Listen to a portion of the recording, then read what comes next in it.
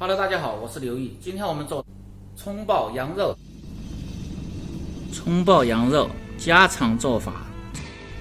做葱爆羊肉，选择一块羊的后腿肉，这样的肥瘦都有的肉，炒出来味道更好一点。把羊肉放入冰箱当中，稍微冻一下，切片的时候更好切一点。然后切成厚薄均匀的片儿。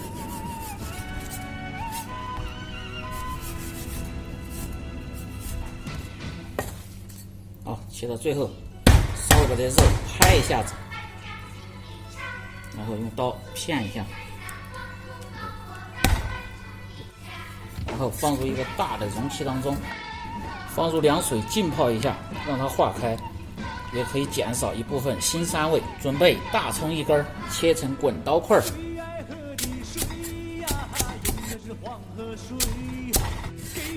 然后再把大葱抖散，再切入少许的红辣椒，配个颜色。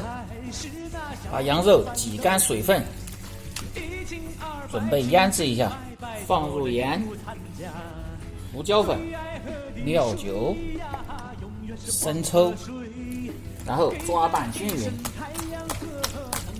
加入适量的水，慢慢加入，慢慢的把这个水打到肉片里边去，这样炒出来羊肉特别的细嫩。不需要加嫩肉粉之类的，再放少许的鸡蛋清就可以了。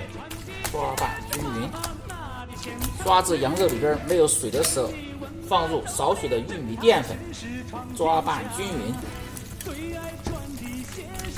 好，这样就可以了。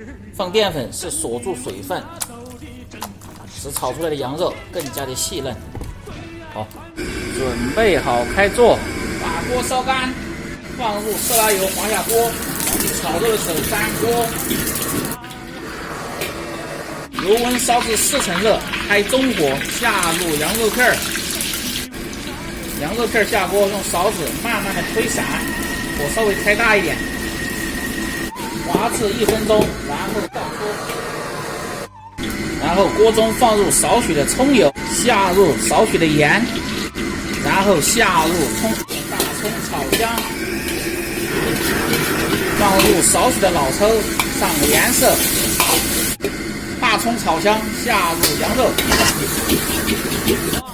放入少许的料酒炒香，放入生抽，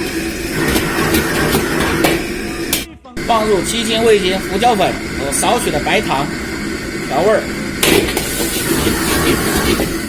出锅的时候放入陈醋，从锅边放入。